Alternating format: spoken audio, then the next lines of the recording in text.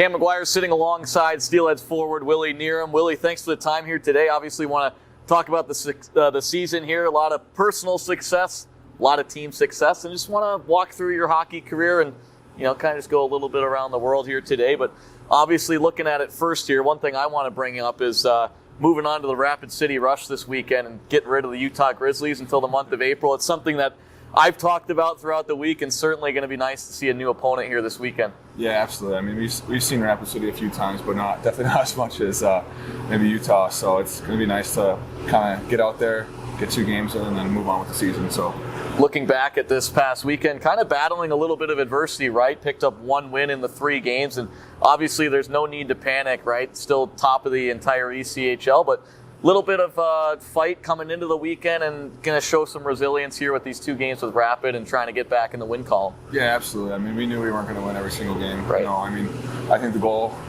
too, is just not to lose 2 in a row. And, I think just a little bit of adversity for us is good. We as long as we learn from it and move on, I think it'll be good for us moving down the stretch. So, one thing I have found very interesting, you mentioned right there, not losing back-to-back games this year. Steelheads are now 6-0 when following a loss, and not only is that impressive, but the way you guys have been able to do it with convincing wins, 26 goals for, just 6 against in games following a loss. How have you guys been able to bounce back after a loss and, like I just mentioned, kind of show that resiliency? I think that speaks to the character of the guys in the room, especially the leadership group. We got a lot of guys with a lot of experience and stuff that kind of steer the ship and everything, and we lean on those guys. And I think that just everyone in the room's hungry. Everyone in the room doesn't like to lose, I think we should be firing on all cylinders on Friday. So absolutely. Well, we mentioned it this past weekend in Utah. Yourself, Jade Miller, Jack Becker, you guys have been awesome the last couple of weeks. I think you guys have played together now. I think it's 8 straight games. Kind of just touch on the chemistry. I know we talked about it the other day, but kind of elaborate a little more on the chemistry that you guys have been able to muscle up here the last couple of weeks. Yeah, I mean, Jade and Baxter, they're awesome. I mean, they're awesome guys off the ice, and they're great players. So when you get 2 line mates like that, it's pretty easy to kind of mesh well with them. We found a groove. We kind of play similar, but a little different at the same time. We have the same goals and like what we want to do and get out of the shift. And them 2 they're really hardworking. They're pretty skilled too. So I think with we got a good mix on the line and got a lot of chemistry on and off the ice. So I'm looking forward to continuing. Well, Jack Becker is a guy that you played with the last couple of years, or last year, I should say, at Arizona State. We'll talk about your college career here coming up a little bit. But one thing I want to talk about is your goal that happened Saturday night, right behind us here as we sit here, just a couple feet back here on the goal line. I mean, that was a ridiculous shot. I don't know how you placed that one, but just kind of tell us what you saw on that one. Thank you. Yeah, like I said before, I really wanted to pass. I was telling the guys I wanted to pass, and I saw Goose going back door, and I was looking for him, and it just seemed like it was shut down. So just tried to bank it off the goalie's head below the goal line, and lucky enough it went in. So, but yeah. Have you had goals like that in the past? Like maybe it could be, I don't know, your youth hockey days, college, professional. Have they happened like that in the past, or first time? Nothing like that. Maybe off of a leg or something. Yeah. Nothing off the head like that. So. And then you followed it up too with your first multi-goal game of your professional career. A nice one down at the other end of the ice, and Saturday night bounce back win, like we talked about a couple of minutes ago. That had to feel good to get that win on Saturday night in front of another great crowd here. Yeah, absolutely. I mean, we have a pretty big advantage when we play at home, play in front of our fans and everything. So, losing on Friday definitely stung, and we wanted to come out and win, but obviously play well as well, and play the right way. So I think we did that. And we got rewarded for it. So earlier Wednesday morning, took a little shiner up here on the nose. Care to elaborate on that one a little bit? I'd like to tell you there's a good story behind it. Nothing too good? No, I ended up running into Casey Johnson, and my visor came down and cut me a little bit, so I can't get it to stop bleeding. So we'll have to have Gilly look at that. We've been going here about 6 minutes. I don't see any gushing yet, but before we hopped on, I know you were patting it down. Holding my breath and not moving too much. So I'm gonna start moving away. I did wear it. I got short sleeves on today. I might get a little drip on the arms. But before we talk about your college career, obviously some time at Miami, Ohio, and then Arizona State. Want to ask you a little bit about your background. Grew up just outside Chicago. Just give us a little insight about young Willie Knierim. Yeah, I started skating when I was probably 2 or 3, and then didn't get into organized hockey till I was 6.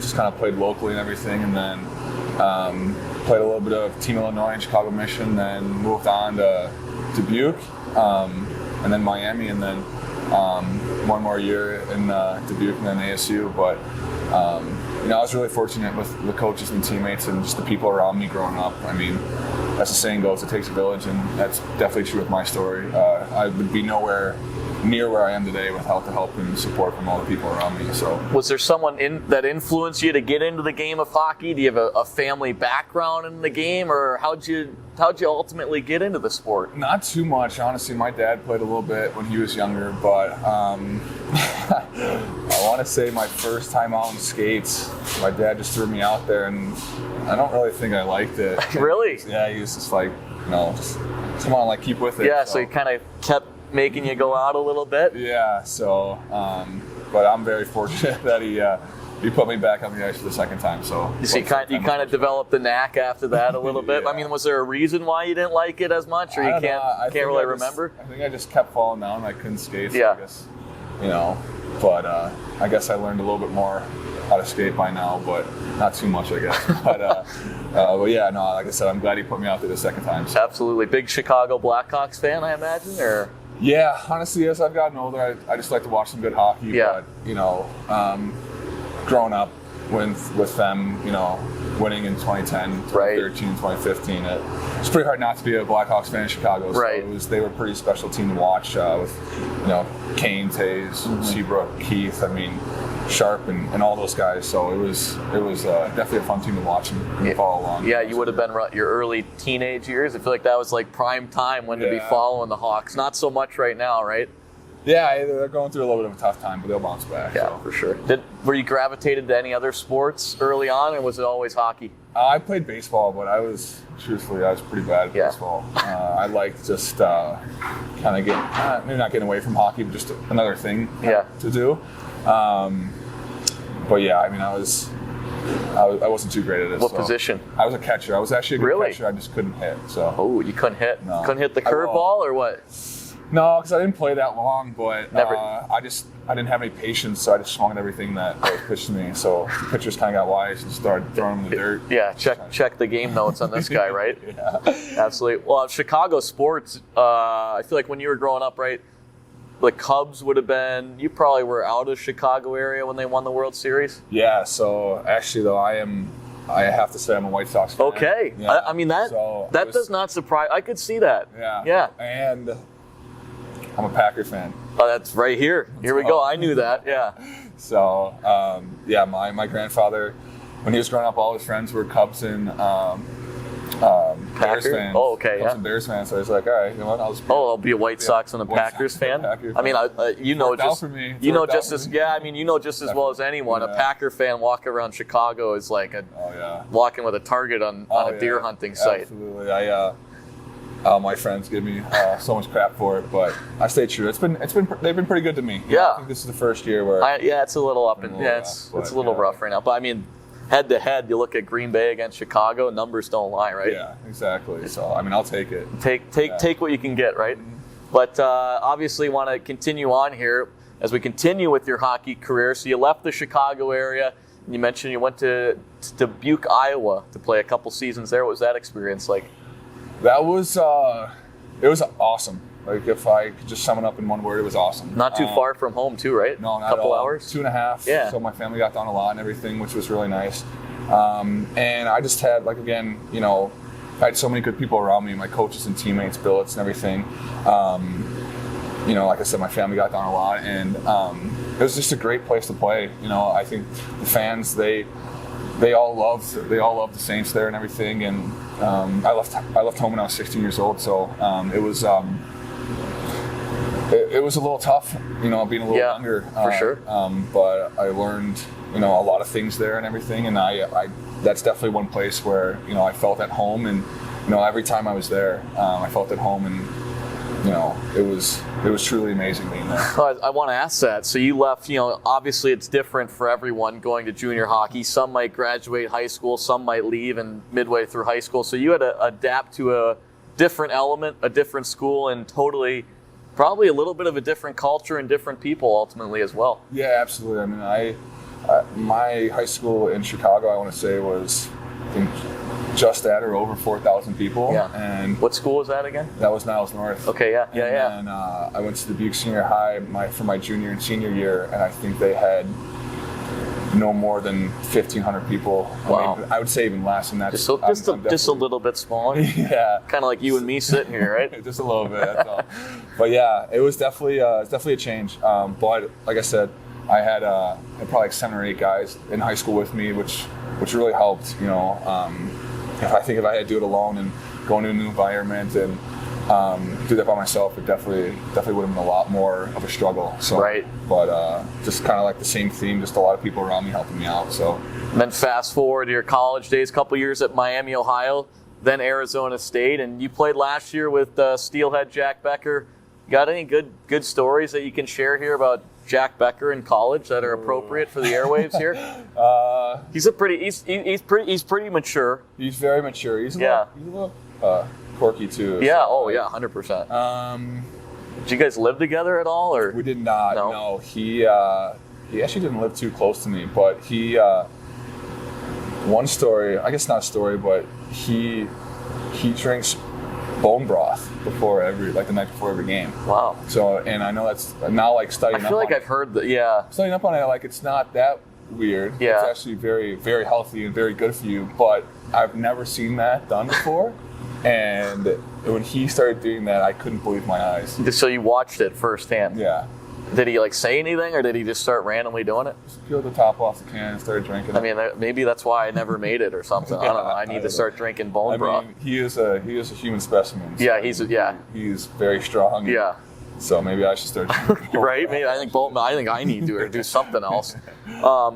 Arizona State, right? That's a pretty not a bad place to go to school, and certainly not a bad place to play Division I hockey. No, not at all. I mean, I was walking into the rink, in and out of the rink in January and February with my flip flops on. So, I mean, you do that here too, don't you? Yeah, but I was a little more comfortable there. But no, it was a really good experience, truthfully. I think again, like the people around me there were awesome and everything, and you really can't beat playing hockey in the desert. So crazy, huh? Yeah. Now, were you there? Give us a little timeline here. Your first year there, was that their first year, or D1, or a couple years after? I want to say they went D1 in 2016, and then they had a few years. And then the year that I went back to Dubuque, which would have been 18-19, they just took off. They had a bunch of good players, and they took off and ended up making the tournament that year for the first time in their history. And then I had committed, I think, like right around, I want to say December or January, and I went in and what a way to start my season with Arizona State. We went over to China, which was really cool. Yeah, we went over for 11 days, I think. Wow. And it was an amazing experience again with all the people and all the all the support that we had to even get over there in the first place. And then playing over there was such a cool experience. What were the other teams that were involved in that? So it was I want to say it was like. Were there other colleges, or were you guys playing? Oh, okay. Oh, wow. Team, and it was training camp for I want to say KHL Kunlun Red Star team. Now, we didn't play their actual team. I want to say we played like the kind of the guys who were trying to make the training camp, like the bubble guys. Yeah, exactly. And then I want to say we played. I'll have to fact check this after, but I think it was the VHL. Okay. Which is kind of the we played a few teams from there, and we actually ended up winning the whole thing, which was pretty cool. Wow. So but yeah, it was definitely a once in a lifetime opportunity. Certainly. To go over there and to do it with a team too, which was right. I mean, it was, especially for me coming in right away. That was such an important unique way to start your career down there. Yeah, and especially to get to know the guys, and then we just kind of took off from there. And had a good first year and everything, and unfortunately, COVID ended our season. Yeah. And then we had a COVID year after that and everything, and then obviously last year played and everything, and then signed with the Steelheads after. So. Yeah, we'll get into that in a second. I always like asking guys, right, like where hockey's taken them, like different parts, obviously all over the country, but different parts of the world too. Is there anywhere else that you've traveled in terms of the game of hockey? You mentioned China, but anywhere else outside of North America? Yeah, I guess China is a little bit outside the box when you. Hockey players. Yeah. But yeah, I've been to a few other places. I've been very fortunate enough to where hockey's taken me to a lot of very cool places. Right. I've been to Czech, Slovakia, Sweden, Germany, and a few other places along the way. So you've been all over. Yeah, like I said, very fortunate to have hockey take me to a few places and let me meet a lot of cool people. You have a favorite one that you've been? Obviously, I feel like China probably is up there, but is there another one that's pretty close? China was really cool because I was the oldest. Where I was, out of all my trips, I was the oldest. So okay. I kind of was able to be more aware and take in really what was going on. Yeah, right. Sweden was really cool because I got to go over with my family. Okay. I got to experience that with my sister and mom and dad. But yeah, I'd have to say Sweden. Germany was up there too. That was pretty cool. Wow. So. Nice. Couple. You're going all over the place. Mr. Worldwide over here, huh? Yeah, I guess so. I want to get into your time now here in Boise. Obviously, just alluded to it right there. Signed last January, I think it was. How did it kind of unfold for you? How'd you end up here, and what were your first impressions when you got to the state of Idaho? Yeah, I think when it was time to kind of move on from college and everything, I made a few phone calls and everything with just people I trusted, and Idaho came up with all of them. I think Idaho, it speaks for itself, but coming here, it's been truly a very fun experience and everything. So I think in January when I was on the plane from Arizona to Boise, I was a little like, oh no, like a little different. It's gonna be a little colder, a little different, but I always tell people from back home, they always ask me how I like it here. I love it here. You got a little bit of everything. You got stuff like outdoors. If you want to go on a hike or fish or something like that, you got that. You have guys are playing golf in January. Exactly. It's not too shabby. No, not at all. So, and it's really, it's really not as cold as people might think. No, that's what people always ask me, obviously. Like, people East Coast, Midwest, they're like, how is the wet? I'm like, it's not that bitterness cold, right? Not the Chicago downtown walking through down some of those wind tunnels, huh? No, not at all. So, but it's nice. You got everything you need here. So it's been great to me so far. Talk about the crowds this year. This place has been rocking, right? 17 home games, 15 sellouts, 14 straight. It doesn't matter what night of the week it is. It doesn't matter what the weather conditions are outside. Doesn't matter what's going on inside the building, who the team's playing. Fans show up every night, man. It's crazy. Yeah, absolutely. You mentioned, is it 15 sellouts? Yeah. 17. I imagine the other two were right there. Yeah, right up there. Probably a Boise State football game. I honestly think so. Yeah, but no, it's been awesome. We can't really. We really can't do anything here without them, without their support. So it's been awesome hearing everyone be loud and everything. So, one thing that really sticks out to me about this arena is the open concourse, right? And that allows it to get super loud. Have you played in other buildings that have kind of the open concourse style setup as we look around here? Not too much, really. Or at least not my home arenas, I guess. Yeah. But I feel like some USHL maybe a few. Yeah. But I guess I can't imagine teams pack. No, it's like we do. There's no shot. Yeah, there's no shot. No, I feel like the open concourse definitely alludes to it being loud. It's loud from start to finish, right? Like, it's crazy. Absolutely. This might be a dumb question. Is that a tin roof? At least I think it might be. Might have to get our geography guy or our technician or whatever, the architect there, third time's a charm there. That might be a tin roof. The noise just bounces off and everything. It gets real loud. So, it's an awesome place to play. Oh, yeah. All right, we're going to wrap it up here. I got 5 random questions. I do this little segment at the end here with everyone. All right. Going back here with Steelheads forward Willie Knierim. Willie going to wrap up today's chat. I like to end our interviews that we do every week with a player. I've got 5 random questions. Still don't have a name for this segment. It's just 5 random questions. Start off here. I've asked every guy this so far. Question number 1. You're given an elephant you can't buy, or you can't give away or sell that elephant. What are you going to do with so-called elephant? I feel like you just got to take care of it. Yeah. I feel like that's my guy now. You know, I'd probably name it and got a name? What do you got? take care of it. Edward the elephant. Edward's actually not bad, huh? If it's a girl, Eleanor. Oh, okay, yeah, wow.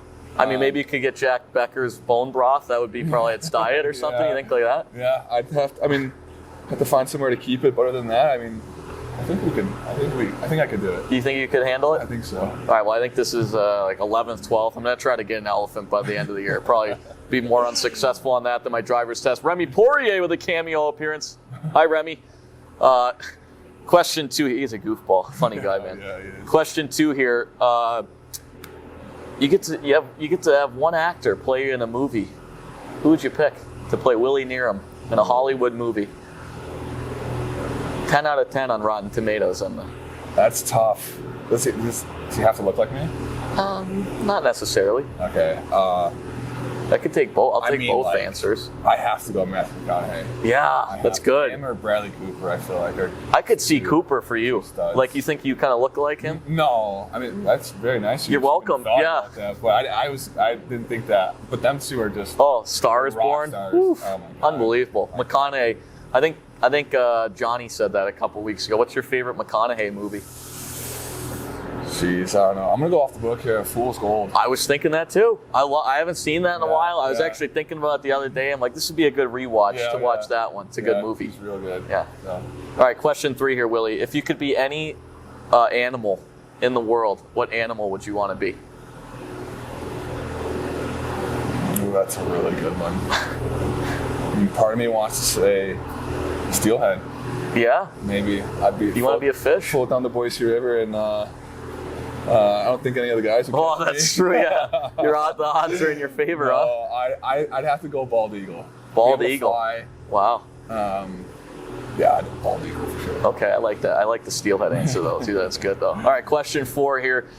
You get to watch. You can only listen to one song, right? The rest of your life. What song would you go with? This is a tough one because I have a lot of like favorite songs, but one song.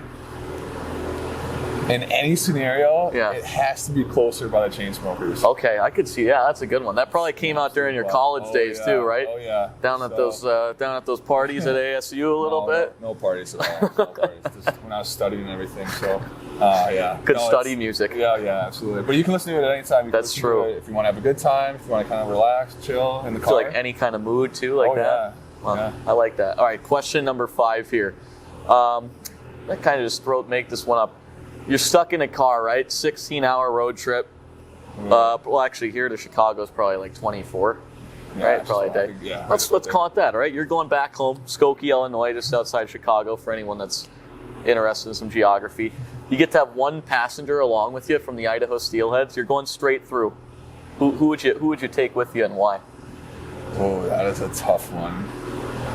Colton Keller, hi, how are you? Another cameo appearance here. I might have said, I was thinking Kells, but... Really? You think so? I think he'd have great music.